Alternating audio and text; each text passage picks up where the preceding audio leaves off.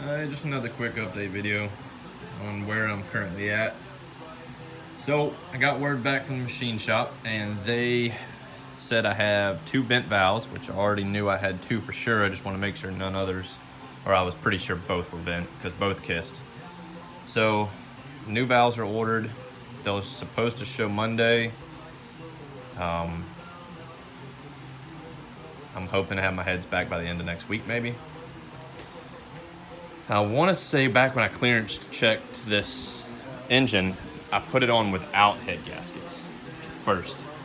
I just set the head down and tightened down the bolts. I didn't torque them down, but I snugged them down, just ugga-dugga them tight, but without head gaskets. And it was within clearance without the head gaskets. So with head gaskets, it adds, I think, another 41 thousandths or something like that, 39 thousandths, whatever these Felpros are rated for. Anyways, so I figured if I had good clearance without a head gasket. With it, I had plenty. So that adds more to my curiosity of why they kissed. But I didn't get to talk to him. I just talked to the receptionist that said that they were definitely 2 bent that had to be ordered. So I guess I'll talk to him next week sometime and find out if he found a reason for the valves hanging open maybe. But off that subject and back to this lovely door. Right now I've got just 2 pieces of plywood in here with more or less some wedge. I've just got a chisel and then a flathead screwdriver in the back just to kind of hold it open. And as it sits right now, let's see if I can get this to hook.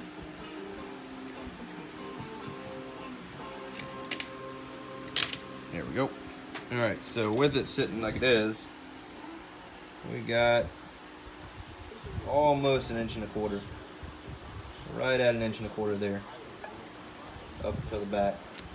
Now I'm probably gonna have to wedge this bigger because I don't have a way to actually weld or secure this at the gap it is now. So chances are I'm gonna have to get something bigger wedge to spread it so it will hold memory, because it's gonna spring back shut when I pull these out. I'm thinking I can maybe leave this like it is for a day and it'll help to hold it. So I'm gonna leave this as it sits first for a day and see if tomorrow if I pull it, if it actually holds at least 1 1/8 inches. And I think 1 1/8 inches will do. But something I did notice was when I shut the door, which I'm gonna be very careful to do now, but so when I had the glass rolled up and the door was shut, the top seal is good, but the bottom, you could see air through this, like it didn't seal. So that supports more that this outer, or inner, so I say the inner skeleton, needed to be more inward than what it was. I'm hoping that this seal here doesn't pose an issue once it spreads and make it just wedge back shut. But we'll find that out later, I guess. But anyway, so the glass itself, the back half, this rear channel, is secured on this back skeleton. So because of that, it couldn't go, it's adjusted all the way in, by the way. So it needed to go further, which meant that this needed to spread that way, because there's no way to make it move anymore because it was out of adjustment. So this needed to go in, should pull the glass in with it, and then seal up this bottom section, and then I'll just have to adjust that bottom kick so the glass, since it's gonna go in, the top's gonna go in as well, so I'll have to kick it back with this, with this lower bolt here. That bolt adjusts the rear kick of the glass, so the angle of it sitting, you know, this way or this way and so on. But anyways, like I said, I'll leave this for a day, see what it does, and then if it doesn't do anything, then I'll see if I can wedge it more. I'm trying to do it without having to pull the glass, since I already have it fairly well set and adjusted. I don't want to pull it if all possible. So I don't have much depth room to play with, because, I mean, what, 1 inch, 1.5 inches, roughly, before I hit the window. So I'm being real careful not to dink on that or anything. This might end up having to get a little burred out more, because this is the hole I drilled. I might end up having to burr a little bit more to adjust it more with this bottom bolt. This top, you can see it's all the way adjusted over. There's no more swing for that. But this one I can burr over a little bit to free up some more space. Hopefully I can do it with this support still in the car, because if not, I'll have to, well, I might be able to unbolt it and shimmy it up or down or something, but I'll probably have to pull the glass in order to burr this out more if I have to do that. Now, on to the good news. Two things of good news, which were my two money mistakes. Well, not both money mistakes. I mean, one was the shavings, obviously. I can't fix that. But the first money mistake, the turbo housing. AGP got back to me, and they are going to hook me up and help me out with acquiring the turbo housing that I need for the exhaust side. And on top of that, they also said that they're willing to work on me on the twin setup come time to do that. They have been beyond helpful and amazing customer service so far. Like, I can't recommend, if anyone's going turbo, to deal through AGP more right now, just because they're awesome. They answer the phone, they answer the email, they help pick out and size stuff. They actually worked with me, went through my whole motor setup, picked things out, and then the mistake that I thought was theirs, I even called them out and pretty much pulled a Karen and called them pissed off that they sold me the wrong stuff. And after talking to them, I'm pretty sure that I was the one that screwed up just because I heard wrong. But even after that, they're still willing to help me out and make things right for me, even though it wasn't their mistake. They're still willing to help out. On the other deal was this door, which was purchased from MPD. So if you watch the other one, the whole passenger side was purchased through Scott Drake. I had someone on YouTube reach out to me that had a connection, help me out. They got me set up on a large order, because originally I had split floor pans. I had each separate side, because I wasn't going to replace my tunnel. My tunnel was in good shape, my floor pans weren't. So I needed to replace those. And after watching so many videos and seeing how much of a pain it was to, spot weld and work your way down, welding all the way down each side, and then grinding everything and the works, it was way more work than it was worth. And I didn't even consider a one-piece floor pan before. After I talked with him, he actually ended up getting me an amazing deal on a full floor pan. I think I ended up getting maybe the cowl as well. I don't remember if I got the cowl from him as well. The firewall, I think, and the whole passenger side. The fender, originally I had quarter skins as well. I ended up going back and getting full quarters, because the quarter skins, I didn't like how they stitched.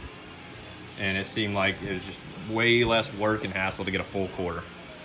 So I got both quarter skins, the door over there, the fender, I think the cowl, but I'm not sure. I think the firewall, the full one-piece floor pan, and got me a good deal on freight as well, because that was the biggest thing, was if you ordered it, you wanted to order it all together, because the freight's what killed you. It was like I want to say standard freight's like $250 to $400 flat just for the freight.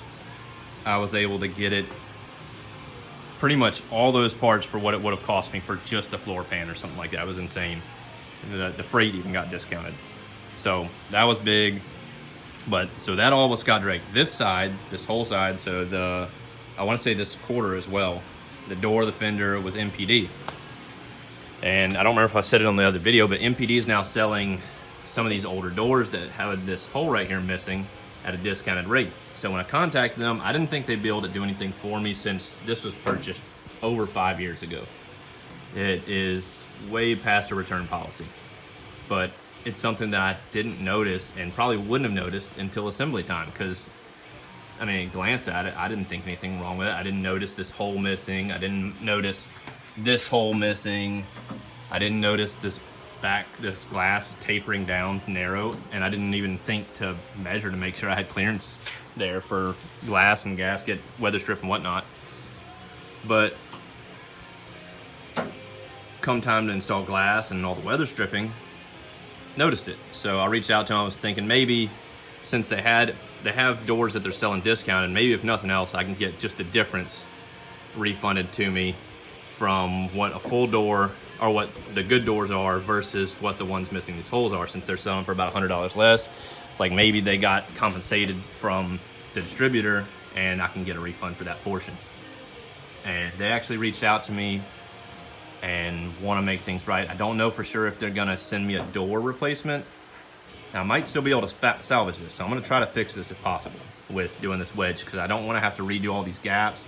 I did weld work on, I wanna say this face, I did weld work on the other face, trying to get these gaps right, and they're not perfect, but they're decent, close enough to work with. And my body lines are fairly straight, other than now this bottom sticks out, which I'm not sure, that might end up being a problem with the door being twisted. I don't know. I was thinking these were fairly straight before I weather stripped, and now it sticks out. Oh, I keep locking this door. Anyways, so he reached out, said that he's willing to, they're gonna work with me on getting this remedied. They don't want to be known for selling bad product, which I understand that completely, but it really surprised me that how old it was that they're willing to help me out. So in the email I mentioned that I tried to put weather stripping in and it had torn them. They're gonna hook me up with new weather strips. And if I can't fix this door, I don't know if they're gonna send me a door or give me one discounted. I'm happy with whatever. I mean, even them giving me new weather strips is huge, because I need those anyways. The other ones, I mean, these are crap and this one's ripped. Yeah, it's torn, so that's useless. This thing wants to hang up and bind. It's crappy. But they're gonna hook me up and help me out, so I'll let you know what I come with that. Like I said, I'm gonna probably wait until I can see if I can salvage this before I message him back to get the weather strips, because he made it sound like if I can't do anything with this door, he's just gonna send the weather strips with a new door. I just don't know if it'll cost me anything, if I'll have to pay shipping, if I'll have to pay, maybe he's just gonna discount part of the door, don't know. But the big thing is they're gonna help me out. That is just huge, amazing customer service. So CJ also, I reached out to them about these. They refunded me for these after I told them and sent them pictures of how terrible they clipped in, how loose they were. I didn't have to send these back. They just straight up refunded me for these. So shout out to CJ's as well. That's two huge things for me. So 3 companies worth doing business with. CJ Pony, if you need Mustang parts, they're one to go to, obviously. I mean, they're well known anyways, but they're awesome customer service so far from what I can tell. Check your reviews. Just read the reviews before you order. MPD, number 2. Of course, they're well known as well. I don't really care for their website design as much. They don't seem to have that creative info sometimes, and their layouts kind of painful, and I'm still trying to find that damn nut that goes on that vent over there, because I don't know what to search for. I've tried searching a million different things, so if anyone ever figures out what the part number is for one of those nuts that hold the top of this vent, AC vent, hook me up. Someone posted and said what kind of nut it is, but I guess I could try to get to Fastenal and order one maybe, if I had the size, which I'll have to pull the vent to get the size, because I don't know what that is. But yeah, part number for that would be great. So yeah, CJ, MPD, AGP for turbo, and I don't know what all else they sell. They might sell other stuff. I know they sell some exhaust stuff, so V-bands, flanges, etc., and turbos, obviously. But yeah, those 3 companies, a huge shout out to. They have definitely come through on customer service. That's it for now. I'll get back whenever I deal something with this door. Things I still need to do, obviously, is get my heads back, reassemble, re-clearance check, reassemble everything. I might end up bolting back my exhaust and stuff back up with the turbo setup I have now to run, just to see how it does once I get the motor together, finish breaking in everything before I tear it down. My transmission has a leak on the tail housing. That needs to get fixed. I really don't want to pull that till I go to my True Track rear diff, because I'll have to pull the drive shaft to that, and then I'll have to drain the transmission when I pull the drive shaft, unless I just leave it sitting on the ground resting. But I'll probably pull that, pull drive shaft, pull transmission. When I pull transmission, I'll change out this clutch, because right now I think I've got a 6-puck in here now that is street strip and is really race car-ish. It does not have a smooth clutch engagement for driving slow through parking lots, etc., and this is a street car. So it's not the best to ease around with. It wants to get up and go. So it's super shaky engagement, or you have to ride the clutch out with a good bit of RPM get thrown at it for it to not shake like crazy. All right, that's it. I'll bring it back if I can figure out something with this door. Thanks for watching, guys. Later.